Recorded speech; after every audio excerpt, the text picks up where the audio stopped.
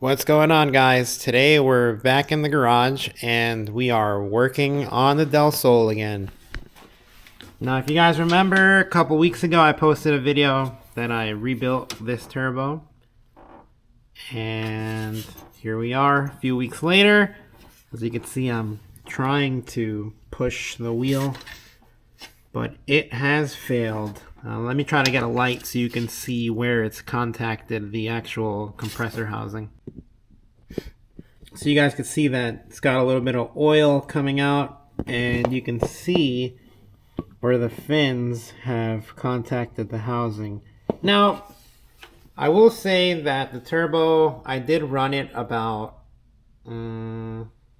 probably about 8 times down the track before it went out again. I did drive it around the street a little bit and it seemed fine. Now, I did have a very bad oil leak before coming from the center section here, which is gone, but I'm thinking that the turbo, the actual shaft that the turbine wheel is part of, I feel like that is actually bent now. So, a little history on this turbo. It's been on this car since January 2017. We are in December of 2024, so almost 8 years of use. Even though it doesn't have a lot of miles, this turbo and this car really only drives when I take it to the track, so it's a lot of hard, miles on it. So we're gonna take this thing off, take it apart, and see if I could see if that shaft is actually bent.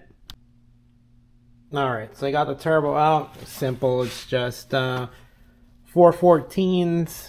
We had a push lock on the boost controller, an 11 on the charge pipe.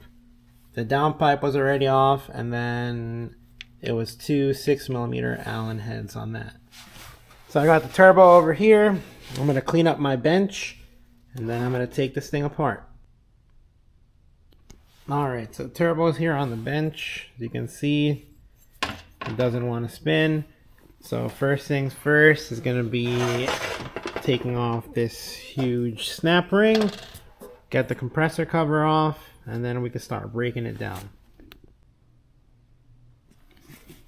So here's the compressor cover off. With it being off, it actually doesn't look bad at all. It looks like it could just get polished out real quick.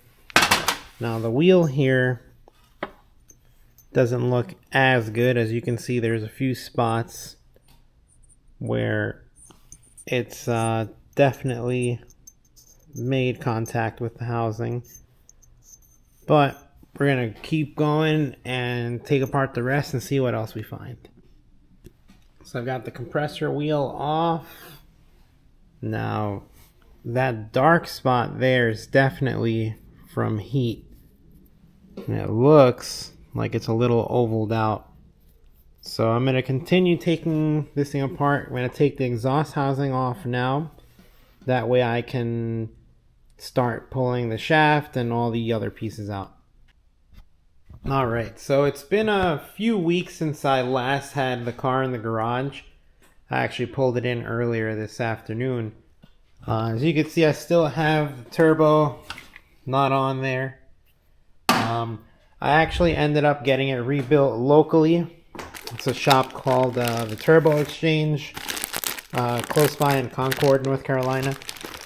So here it is, and I'll show you the box with my old parts. So like I said, I got it rebuilt locally.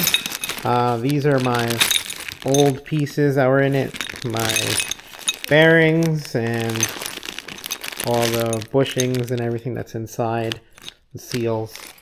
So those got replaced.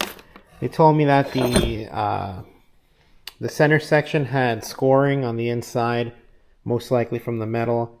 As you can see there, that's from the compressor wheel rubbing on it, and you can see that. So new center section, new wheel, and all the bearings and seals replaced on it.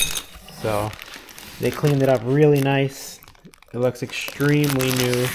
So now I'm gonna clock it, put my fittings on it, put it back on the turbo, do an oil change, and then have this car back up and running.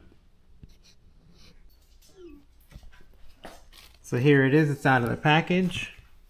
You can see they blasted the compressor cover, the exhaust housing, which in the previous clips you could remember that this was all rusty looking. The center section is new, so I'm gonna have to clock it, and this is the drain, so this is gonna have to be facing down.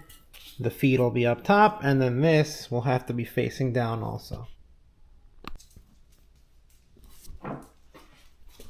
So to clock the center section, what I'm going to do is take a 13mm wrench, break all these free. You don't have to come completely loose. Just break them free, and this will allow this to rotate on the inside.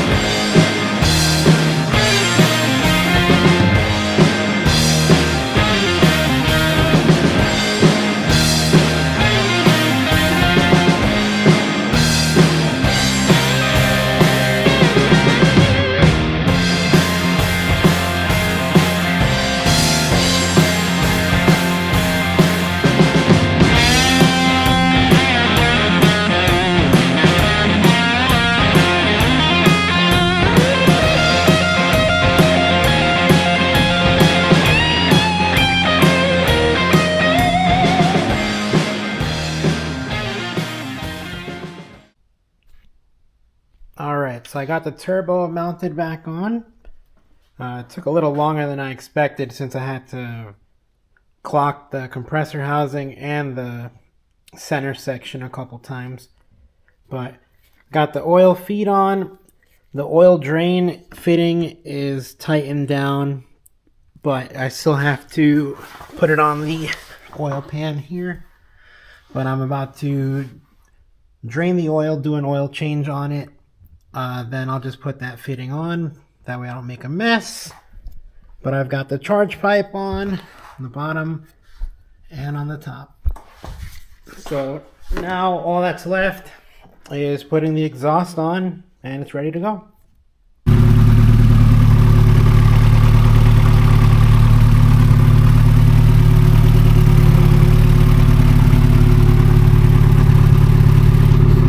So it's been about a day since I put the turbo back on. I just started the car up. I cranked it over for about 20 seconds with the ECU fuse pulled out.